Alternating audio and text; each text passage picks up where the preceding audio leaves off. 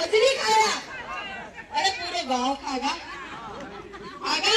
और तो बटी ने तो फूल को कमल ले आ रहे हैं, तो खाई खाया, तो वोटों की चोरी करगा करगा। ध्यान रखजो, 9 नंबर को आपनो बटन है, 9 नंबर यूनिवर्सल नंबर होए, यूनिवर्सल नंबर बहुत शुभ नंबर को बटन दबाणो है और पुण्य जिताणो है। और क्यों जिताणो है?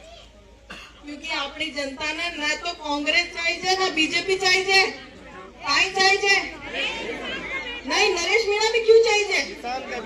चौथी सड़का चाहिए, बिजली चाहिए, माता टाबरा का स्कूल चाहिए, कौन चाहिए? और सबसे बड़ी बात है कि अपनी भाया कमाई ने एकता चाहिए। भाई भाई ने लड़वा बाड़ा के लात मारनी है, एक कर्म फुटा है सारा। जब से भजन लाल आयो है, देख लियो भाई करता ना रहो राजस्थान को, देखियो कौन देखियो, कहना तो बस पलट रही है, कहना आग लाग रही है? जहाँ जहाँ पांव पड़े संतन के ताता बंटा धान। ठीक है, तो आपना ने अपनी बार पुण्य जितानो है, नरेश भाई ने जितानो है। अरविंद केजरीवाल जी आने समर्थन दियो है, मैं आया हूँ। अगर अरविंद केजरीवाल जी आने समर्थन न भी दियो हो तो भी मैं आने बहुत पसंद करूँ, क्योंकि आंदोलन तो आंदोलन करता है।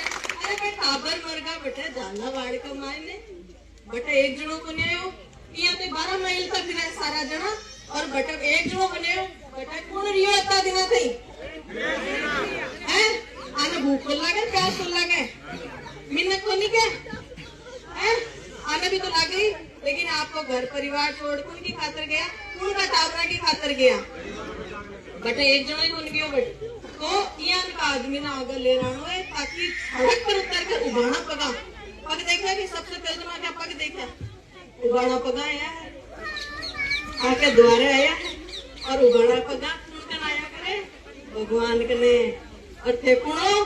भगवान। कोई बात तो थाकी खाते ताली बजा दो भगवान। और ये उबाना पगा खाकर आया, निराश मत कर दीजिए अंता की जनता, निराश नहीं करना है, नरेश भाई ने निराश नहीं करना है। मैं आके सागे हाँ लोग के सागे हाँ, आम आदमी पार्टी भी साथ है आके, मैं तो हाँ ही हाँ, और थे भी आका आयड़ा को मान रहा। धन्यवाद।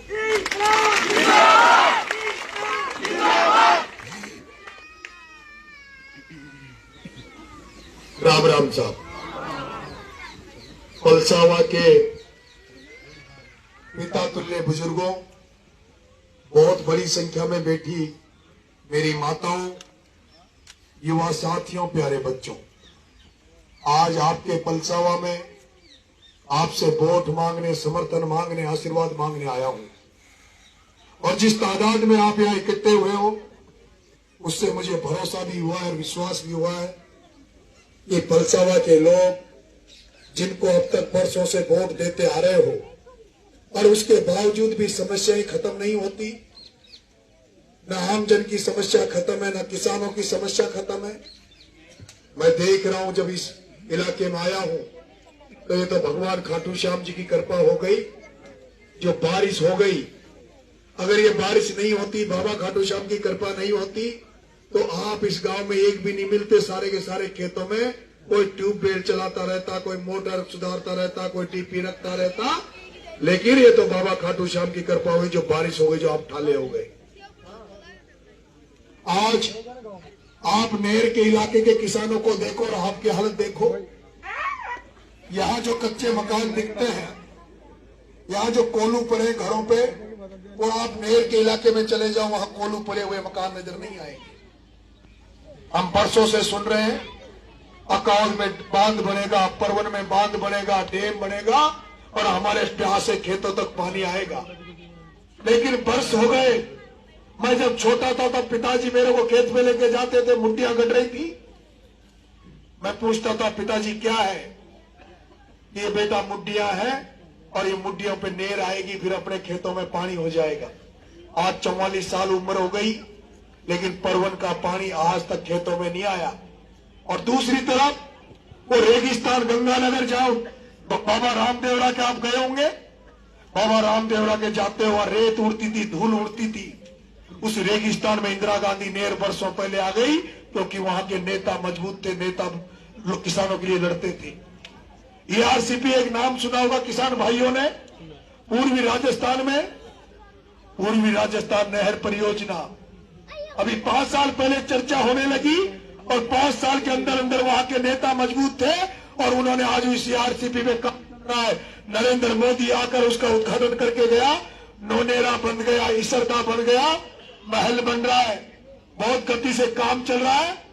लेकिन हमारे यहाँ क्या कारण है कि बरस हो गए वोट देते देते फिर भी परवन नदी का पानी हमारे खेतों तक नहीं आया क्योंकि हमारे नेता कमजोर थे। हमारे नेताओं ने तो केवल घर भरने का काम किया, राजनीति को पैसा कमाने का धंधा बना लिया। उन्होंने अपने परिवार के बारे में सोचा, तुम्हारे बारे में उन्होंने कभी बात नहीं की, तुम्हारे बारे में कभी नहीं सोचा। आज वोट मांगने आ रहे। कल वसुंधरा जी वोट मांग रही थी छबरा में, अंता में, मांगरोल में। वसुंधरा जी राजस्थान की 2 बार की मुख्यमंत्री रही है और हम लोगों ने उनको तब 5 बार सांसद भी बनाया है, 5 बार उनके बेटे को सांसद बनाया है। क्या राजस्थान की मुख्यमंत्री अगर चाहती कि हमारे सूखे प्यासे खेतों में पानी पहुंच जाए तो क्या पानी नहीं पहुंचता? लेकिन उनका मन नहीं था, उनका विल पावर नहीं था। और वो प्रमोद भाया तुम्हारे खेतों में पानी तो नहीं पहुंचा पाया, लेकिन तुमको बदनाम इतना कर दिया, अंता में जितने भी लोग हैं उनको बदनाम इतना कर दिया। आज तुम्हें पूरे राजस्थान नहीं पूरे देश में लोग हीन भावना से देखते हैं, गंदी नजर से देखते हैं कि वो अंता के लोग कैसे लोग हैं जो उस चोर मंत्री को, भ्रष्ट मंत्री को वोट देकर चुनाव जिताते हैं। मैं आपसे पूछना चाहता हूं, क्या कोई चोर चोरी करता हो तो अपन चोर का साथ देने वालों को भी चोर नहीं कहते क्या? कोई अगर चोरी कर रहा, कोई मोटरसाइकिल चोरी कर रहा है तो उसका साथ देने वालों को भी चोर कहते हैं। कोई भ्रष्टाचार करता है, हमारे हम लोग कई बार कहते हैं कि थानों में भ्रष्टाचार होता है, तहसील में भ्रष्टाचार होता है, थाने तहसील में चोर बैठे हैं। तो फिर प्रमोद भाया से बड़ा चोर तो इस राजस्थान में कोई नहीं है। फिर उस प्रमोद जैन भाया को तुम वोट दोगे तो तुम भी चोर हुए कि नहीं हुए? प्रमोद भाया को, चोर को वोट देने वाला भी चोर। अब वो भेज रहा, मैं जब कह रहा हूं अब मेरे पे दादागिरी कर रहा है कि मेरे को चोर मत कहो। अरे तेरे को मोदी चोर कह गया, भरत सिंह जी कुंदनपुर चोर कह गए, और यही तो समय है जब जनता के सामने कहूंगा। अब लोगों को कह रहा है कि उसके पास जाओ, रोको। मैं आपसे निवेदन कर रहा हूं, मैं आपका बेटा जैसे साधारण परिवार में, किसान के परिवार में, घर में पैदा हुआ हूं। मैंने भी खेती बाड़ी करी है, इसलिए मुझे पता है कि किसान का दर्द क्या होता है। आप लोगों की सोयाबीन खत्म हो गई, उड़द खत्म हो गया, धान की फसल खत्म हो गई, लेकिन आज दिन तक मैंने नहीं सुना इस हाड़ौती की धरती पर कि किसी नेता ने यह कहा हो कि किसानों को फसल बीमा का पैसा मिलना चाहिए। INJN लाइट वाले DP उठाने आ जाते हैं, बिल लेने आ जाते हैं, लेकिन तुम्हारे खेतों में जो तार लटक रहे हैं, जो खंबे टेढ़े हो रहे हैं, कभी उनको सुधारने आते हैं? नरेश मीणा आपसे कह रहा है मुझे MLA बना दो, मुझे MLA बना दो। मैं तो कल 2.5 साल के लिए तो वोट मांग रहा हूं। तुमने तो इनको बरसों तक बनाया, मेरे को तो 2.5 साल के लिए बना दो। तुमको ऐसा बता दूंगा कि MLA ऐसा होता है। जहां थानों में तुम तो अब तक जो रिश्वत ली जाती थी, पैसे लिया जाता था, उस थानों में जब अब तुम जाओगे, कोई रिपोर्ट दर्ज करने जाओगे, कोई बात करने जाओगे, तो तुम्हें सम्मान मिलेगा। थानेदार भी कहेगा कि अब नरेश मीणा तुम्हारा MLA, आओ तुम बैठो और चाय पियो, उसके बाद तुम्हारी रिपोर्ट भी दर्ज करेंगे, तुम्हारी कार्रवाई भी करेंगे। अगर मैं MLA बन गया तो 14 तारीख को रिजल्ट आएगा। 14 तारीख को रिजल्ट आएगा। अगर 14 तारीख को नरेश मीणा MLA बन गया, आचार संहिता खत्म होते ही आज तो नंगे पैर गाड़ी में बैठ के आया हूं, फिर उसके बाद नंगे पैर पैदल प्रत्येक अंता के गांव में जाऊंगा और आपके बीच में ऐसे किसी पटेल के घर, किसी सरपंच साहब भी बैठे, किसी सरपंच के घर, किसी बड़े आदमी के घर नहीं बैठूंगा, तुम्हारे बीच में बैठूंगा, गांव के बीच में आकर बैठूंगा। गांव के बीच में आकर बैठूंगा और मेरी माता बहनों, मेरे किसान भाइयों और तुम्हारे बीच में खाट पे बैठ के बोलूंगा, बताओ गांव वालों तुम्हारी समस्या क्या क्या है। समस्याओं को लिखूंगा,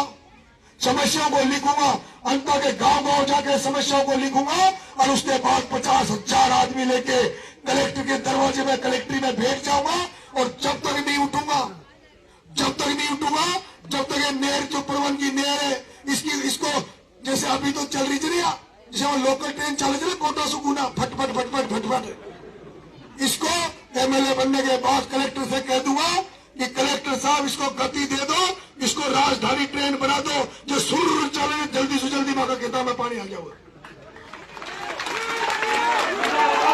कलेक्टर से कह दूंगा कि बुलाओ उन अधिकारियों को, वो जो नहर का काम कर रहे हैं, कौन अधिकारी है जो धीरे काम कर रहा है।